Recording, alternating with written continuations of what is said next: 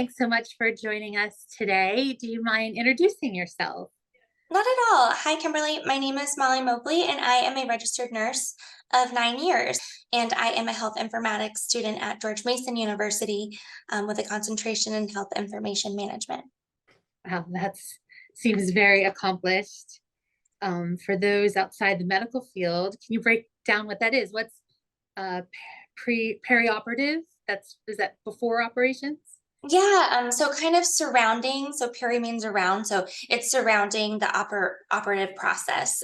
So in pre-op, which is where you would go, to get checked in for your surgery, to get your IV, answer questions about your health history, sign consents for your surgery. And then in PACU, which stands for post anesthesia care unit, which is where you go following surgery. So after you receive anesthesia, and have your procedure done. I am the face that you see when you wake up from dreamland. So get pretty up close and comfortable afterwards. Right, sure. And I'm sure that PACU is kind of intensive where people are coming out of the anesthesia or being sick or, I'm sure that's not easy. Yeah, I've worked in a couple of different PACUs. There's definitely, folks that depending on the patient population, it can be much more difficult to manage. Where I'm at currently is a really nice balance. The patient population is very kind, but it can have its own challenges associated with anesthesia. Right, sure. Yeah. I know I've personally just after a couple surgeries, it's hard. Sometimes you do really well, sometimes it's hard. You never know. Yeah, you just never quite know. I don't know. There's always risk. Right, sure. And how did you get interested in nursing in the first place? Like going back, before you went into nursing school? Sure. So I joke. So my mom gave me paint shirts when I was a kid in kindergarten. My paint shirts were her old scrub tops. She was actually an LPN. Funnily enough, she told me not to become a nurse. But for me, I'd always just loved science and I loved helping people. I grew up in a really small rural community where it kind of took, everybody and their mother, brother, and sister to kind of make things work. So I felt like it was a great way to combine my love for sciences and helping people is what kind of interested me in nursing. And then from a practicality standpoint, I always thought, well, maybe I'll be a doctor. But then to myself, I was like, after 4 years, I can become a nurse and then reevaluate like where I want to take my career, which has actually been, I think, the best route for me. So I'm glad I chose it. Right, sure. And I love that you had that sense of community and, getting things done together and how you combine that with a love for science. Did you love math and science kind of early on as a kid? Yeah, always love sciences. And I think my love for science honestly revolved because I grew up on a farm. So I was constantly working with animals. Like in the blizzard time, like during lambing season, my grandparents, I lived in a multi-generational household. So my grandparents, my grandpa and my dad would actually bring baby lambs into the house if, there was really bad weather or they just were really struggling after being born in inclement weather. So I think that's where it kind of all started. It was just helping people and animals and helping working with folks. It's what really drove me to kind of seek helping folks in becoming a nurse. Right, sure. And with that farm experience, you could have easily gone to be a vet or a nurse in a vet practice, but you chose people, I guess, more than animals. Yeah. My first job, actually, I painted fence, like my very first real paid job. I painted fence, which was very isolating and kind of lonely. And I joke that there were like cows. Cows were my friends. They would just come and see what I was up to. They would sniff everything. So I felt like maybe a people-centric field was probably best for me the older I got and when I experienced that. I also think it's nice to talk to the patients and be able to kind of reason like the interventions and things that you're doing with them. Bless vets and vet techs. I think it would be difficult when you can't explain to your patient, the interventions you're performing. So that's an added challenge. Right. Oh yeah, I never thought about that. Yeah. Yeah. And did you say you're from Wyoming? Oh no, I'm actually from Highland County, Virginia. Okay. It's Sorry, the I least, yeah, misheard that. that's okay. It's the least populated county in Virginia. there are like 2,200 folks, I think, residing there currently. My parents still live there, my little Oh, brothers, so. yeah, is that in Southwest Virginia? Yeah, it's not as far southwest as Roanoke. I would say it's more like central western, directly west of Charlottesville, Virginia, and Stanton, Virginia. If you got on 250, you would hit it before hitting West Virginia. Oh, nice. Yeah, I bet that area is very beautiful. It's gorgeous. It's Yeah. nice. Yeah. Aw. And so then where did you go to school? I went to school at James Madison University. I was in their nursing program there, and yeah, JMU was great. I think, like anything, college is kind of what you make it. And there I was active in a sorority, and then I also was on the nursing student association council for my nursing class. So I felt I was able to gain a lot of nice experiences and meet a lot of great folks, and I felt that their nursing program really prepared me for my first nursing job. Oh yeah, that's terrific. Yeah, I love James Madison. I'm biased. My daughter went there, so Yeah, go go Dukes. Dukes. um, and then so, but you were able to go right into a nursing position from undergrad. You didn't have to go into additional training or. No, I actually was able to go complete the nurse residency program at Georgetown University Hospital Oh, nice. following, which I feel nurse residency programs have become more of a standard for new nurses starting out. So they're basically added education and meetings. They help really provide like a much more structured foundation for beginning the profession. And even for us, we had to like do a research-based or evidence-based project per our unit. So I did that with my colleagues, gosh, almost 10 years ago now. Uh, But it's exciting. I currently at Inova, they have that as well. And it's really fun. I'm teaching and precepting a new grad currently, and she's really excited about her project. So I think that there's a lot to be said for them. They're great. oh yeah, very cool. And what was your project or what was your focus? Oh gosh, I think that our focus was at that time we focused on clinician burnout, which is still a Yeah. really hot button topic even to today. Because the unit at the time that I started on had a lot of nurse grad turnover. It was just a really, really difficult place to start. I think just because the patients were, they were high acuity, meaning like they were pretty sick. So it was just I learned a lot, and it was a lot starting out, but I think people didn't want to stay, it deterred them. People didn't really want to stay there for long periods of time. So we were trying to figure out, what could help in keeping folks with nurse retention and preventing that kind of burnout. All right. Yeah. Yeah. Sure. Yeah. And tell us about you're involved with a professional organization called HIMSS. I think it's called the Healthcare Information and Management Systems Society. Can you tell us about that? Yeah, that is correct. So I actually stumbled upon HIMSS, the NCAA chapter, through George Mason University. My advisor, Dr. Iman Alashkar, she was able to, she recommended that we go to these meetings, go meet folks, start networking, and start to ask questions. And for me, as I'm kind of transitioning from a clinical role to a more health IT focused one, it's been a little intimidating. It's just, I feel like sometimes it's hard to know kind of where to start or even to look beyond the scope of just nursing informatics and seeing what's out there. So I joined the HIMSS NCA chapter. It's the only federally focused chapter of the Healthcare Information and Management System Society. And they discuss different topics, anywhere from like AI to social determinants of health and things like that. Right, sure. And what made you kind of decide to move from the clinical side of actively taking care of people to kind of this health IT focus? Sure. So I kind of sat on the idea for a really long time. I did travel nursing and kept being like, do I want to do NP school? Do I want to do health informatics? Like how would I like my career to go? I think what really sparked the health informatics position was when I briefly left Georgetown, went to UVA, and in between that time, I was living in Highland back in 2016, helping take care of my grandmothers. And I was having to drive them to their appointments, and living in the most rural area, it was hard. It takes an hour and 20 minutes to get to the nearest like specialist. So I think telehealth is really what sparked my interest in pursuing health informatics. Um, and that's still like a very like keen interest for me today. So that is what initiated it. And then when COVID happened, I feel like unfortunately there are so many of us in the clinical world who are like, okay, it's time to make moves of what the next steps in our career are, and find something maybe a little more sustainable long term.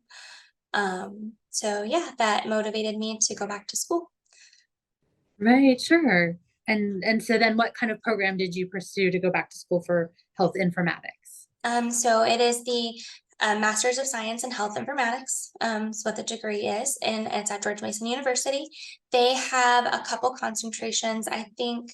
So they have data analytics concentration. They have the health information management concentration, and then most recently, I believe that they've added public health, like data informatics, which I feel like a lot of people, again, in light of COVID, have been very interested in. So yeah, definitely seen a rise Yeah. in spark in that.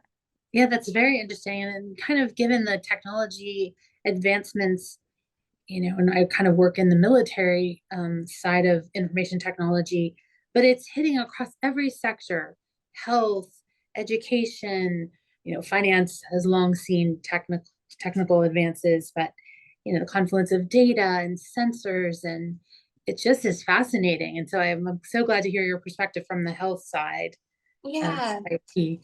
absolutely. And I do feel that um like health is technology now at this point, right? Like I feel like even like 10, 15 years ago, prior to transition to the electronic medical record, like, it was this kind of sought after dream. And like now that most hospitals have some sort of electronic like medical record, like this is the new age now. Like you have to be comfortable and like just know that like it's just going to always evolve around this, I think, going forward. Yeah, Yeah. I bet you're right. Yeah. And what kind of things do you study? Does one study in that type of master's program? What type of classes and what are you all delving into? Sure. We've had a variety of classes, everything from like health economics to a project management class, which I really loved. And then even though I am a less technical focus in health information management, to my data analytics colleagues and counterparts, they do offer classes that have like basics of like SQL, Python, like programming languages. So you really like get at least a basic understanding or feel for those. I am not a programmer, but I really appreciate and value the folks who are pursuing that. And that's like something they really want to do. It's amazing stuff. Right, sure. I love that it kind of touches on all those kind of fundamental aspects to understand, how then to use data and harness technology. Um, and I guess where are you now in your program? Have you finished the program? I'll finish in May, so Oh, I'm that's exciting. excited. Yeah, Yeah, I right. will finish in May. So just a couple more months. What do you have a master's thesis or a project or a capstone to finish and graduate, or what's involved with Yeah. graduating? Yeah, so I have a capstone that I'm currently in, that I really love because it's very partial to what I'm doing currently as a nurse. So I am in capstone at Inova with a perioperative nurse informaticist. Her name is Erica Pitts, and she's been great. So my project that I'm hoping to work on is that a lot of our perioperative departments still don't have these particular like smartphones, including mine.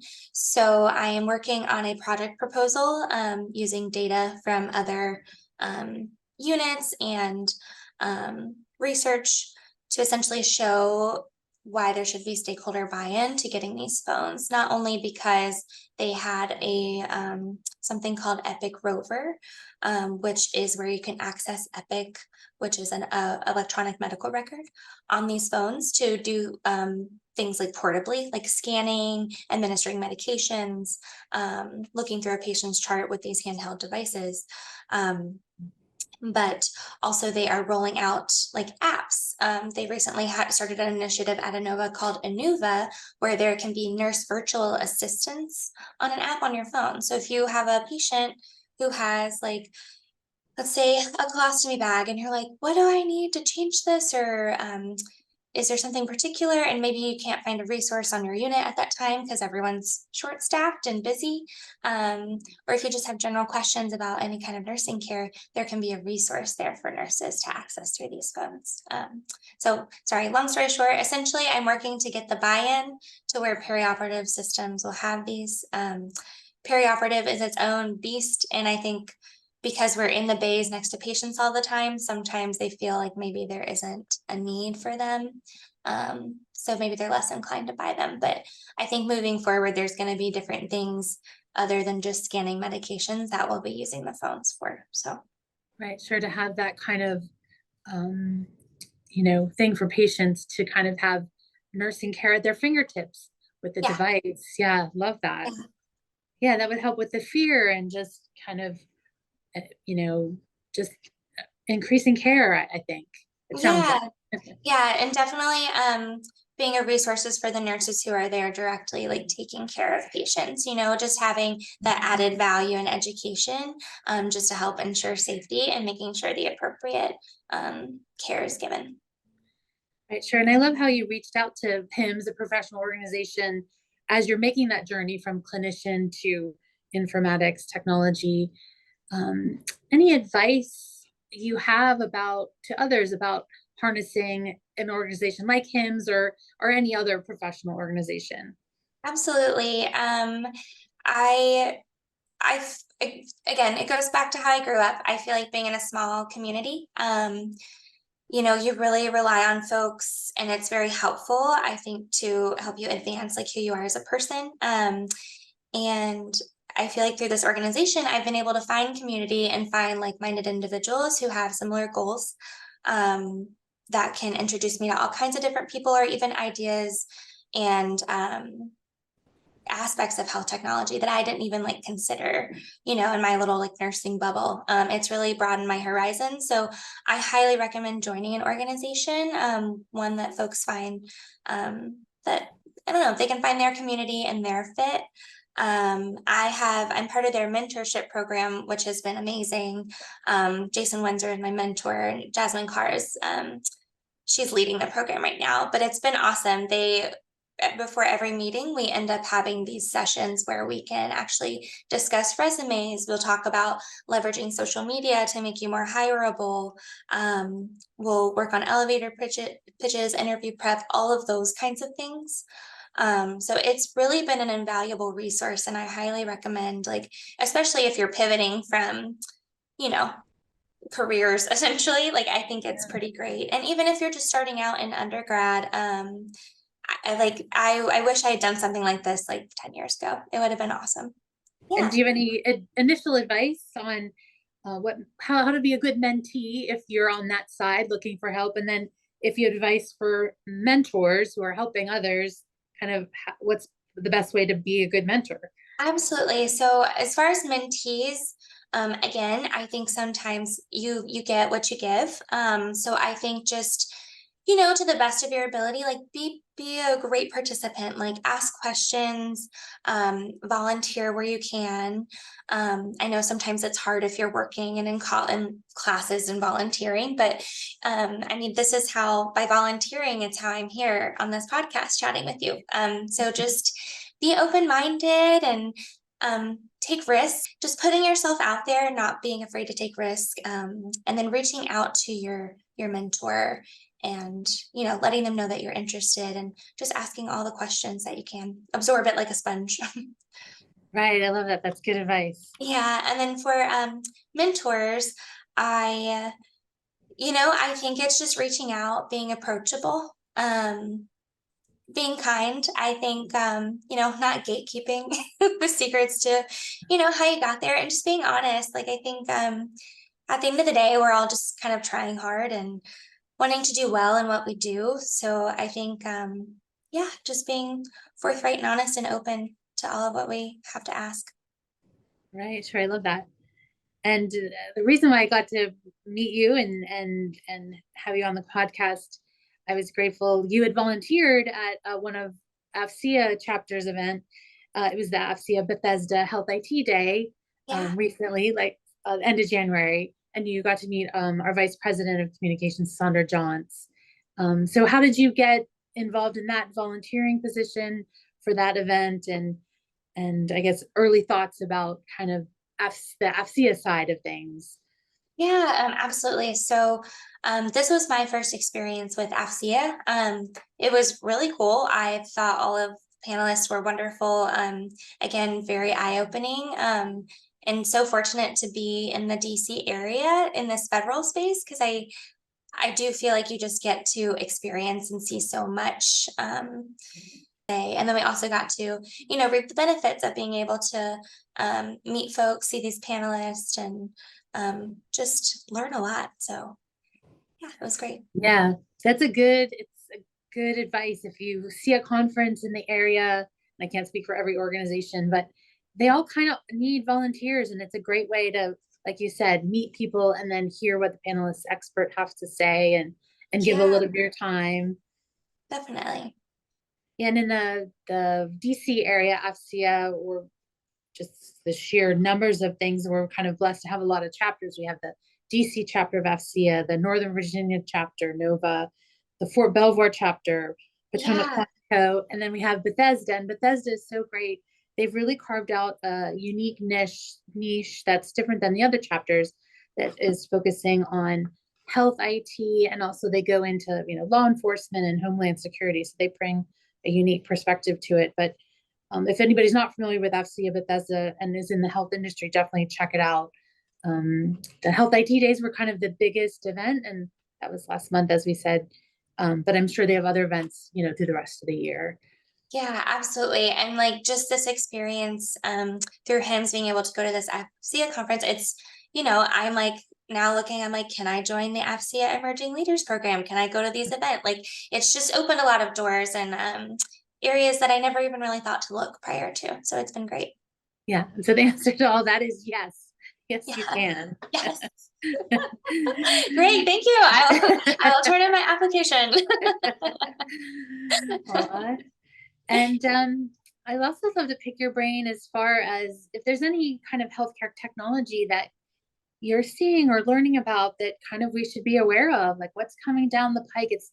I years ago, my dad was in the hospital, and I can't remember if I've told this story before on the podcast, but Mhm. he was in the hospital for 6 months with a bone infection. So it's pretty serious. And this was in Pittsburgh, and used to be at the hospital late at night, and they had these robots that came and picked up the dinner trays or the food trays.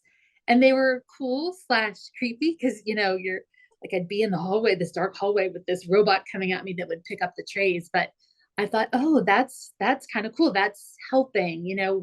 A hospital had limited resources, and if a robot can pick up the trays, and then a person can tend to some other need that the hospital has.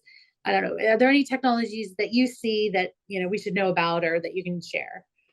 Um, I mean, absolutely. I think like so AI is nothing new. I think in like large language models, these like huge these ways that we process huge amounts of data, right?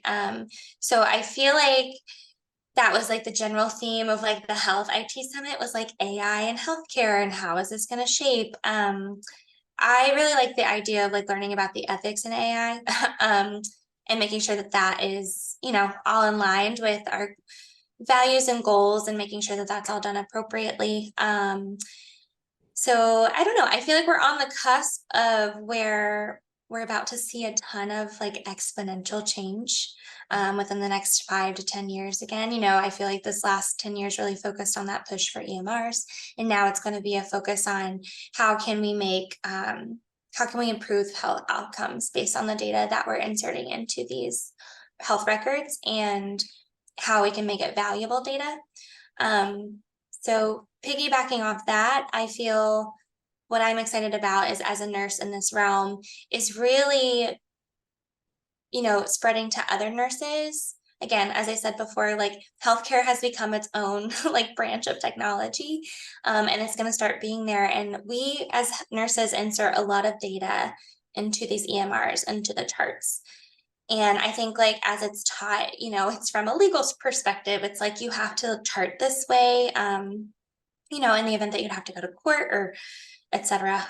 But I think for me, I want to reframe it as like we have to chart this data in the most appropriate way because this is how we're going to collect this data and try to, um, make predictions, predict outcomes, and help improve patients' care. So it's really important that all of that's super accurate.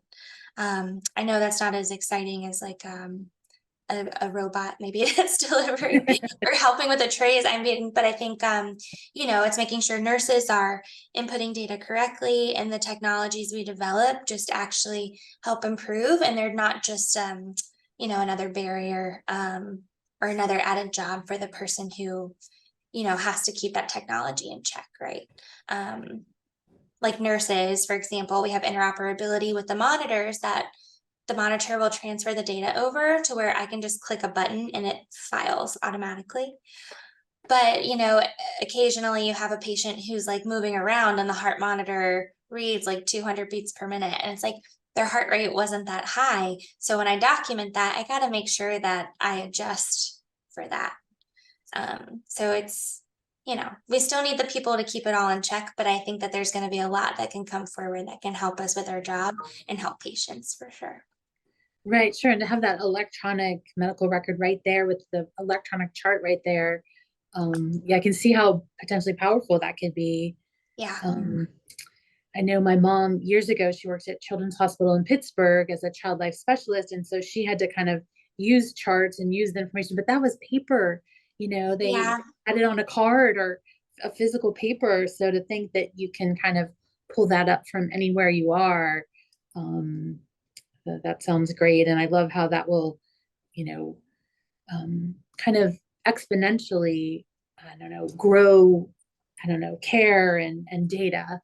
Yeah. It definitely, I think like has a lot of potential. Right, absolutely. And I know I interviewed some officials recently at the Defense Health Agency, which is kind of the military's care side, Yeah. like a Nova, but for the military. Right. Um, and they themselves, I was speaking to the chief technology officer, and they themselves are looking into taking the time to look at what's out there for emerging technologies and advanced technologies. They don't have all the answers yet, but kind of like what you're saying, we're on the precipice of great change when it comes to all these technologies being put in place. So it's definitely a very exciting time. Yeah, it's exciting. And I think we just have to be like, do it in the safest way possible and kind with ourselves, right? Like this is the first time we're doing a lot of these things in the history of the world. So it's like, it might be a trial and error process. So as long as we can just do it safely and yeah. And then I think just for me, I just feel passionately about like getting nurses, even, in school, undergrad, or if they do like an associate's program, just understanding like technology is here. It's only going to be more incorporated and intertwined, and we got to be open to it and adaptable and flexible because it's just going to be a constant state of change, but in a good way, hopefully. Right, sure. And Yeah. how do you, and I don't know if you've thought of this because you're in the thick of your master's program, but how will you stay on top of technological advancements kind of in the future to kind of keep on top of everything? Have you thought about that at all? Or Yeah, I think for me, as I've gotten involved in these organizations, I think it's important to go to these like conferences and organizations, and you have people out there who are doing the work to really bring this to everyone's attention and to the forefront. So it kind of goes back to being a good mentee or being a good like student or just trying at your job. It's just putting yourself out there and looking for the resources. Um, and I don't want to say like everyone, it's so easy to just go and pay for these conferences, but just trying to volunteer and find a way to even just signing up for a newsletter if it's something that interests you. I find are great to stay in touch with like up-to-date topics and kind of see what's going on, or podcasts, whatever, I don't know, whatever you feel like as an individual is helpful for you to like grasp onto that. But it's staying curious and, you know, wanting to learn it and making sure that you're open to it. Right, sure. And any other advice for either younger nurses coming up or anybody who's maybe not a nurse but coming up Yeah. in health technology? Yeah, for I guess like for nurses, like nursing is hard. Um, but if you're gonna do it, I would say, you know, if we're all gonna need a nurse at some point in our lives, right? Like if we're born into this earth, most of us have a nurse at this point. If you know, if we get injured, ill, or sick, or even if we're just going for a checkup, you're gonna encounter that. So my advice to nurses, young nurses, is you know, there are so many specialties, so find something that you really align with. And if you ever get to the point where you feel like you're a little burnt out, or it's starting to like affect like your livelihood, or like your patients, that's when it's time to reevaluate. I think it's important that we as nurses, whenever we're in a specialty or doing something, we really should be giving it our all. So if you ever feel like there's something that compromises that, it's okay to reevaluate and maybe shift directions. And then for people going into the health IT space, I don't know if I have as much advice. I think my advice in that is just keep going. Like, just don't like limit yourself to like one particular, I don't know, specialty or thing, or just don't like corner yourself. I think for me, it's like with nursing, I was like, I don't know if I want to do nursing informatics specifically. I kind of would rather do a more general health informatics and see what's out there. I don't, of course, you should become, if you want to become a master at like one certain skill in your trade, there's nothing wrong with that. But I think it's also good to just be flexible in your plan or your path, because you just never quite know what's going to happen. I mean, when I started nursing, I thought I was going to go to NP school and Mhm. like pivot into that role, but here I am getting a health informatics degree. So Right, very cool. And anything else you wanted to share? um anything else I wanted to share? No, I just wanted to like harp on Highland County, Virginia. If you don't know about it, go look at it. It's great. It's a beautiful place. It's a nice peaceful getaway. My mom and my dad like run a farm there. And rural health and telehealth is incredibly important, and reaching out to folks like from my hometown. I don't know. I hold it dear to me. So I'm excited with what's to come with the future of healthcare. Yeah, absolutely. Very cool. Well, thanks for your passion and Yeah, thanks for sharing your perspective with us, Molly. I awesome. really appreciate it. Thank you so much, Kimberly. I appreciate you all having me.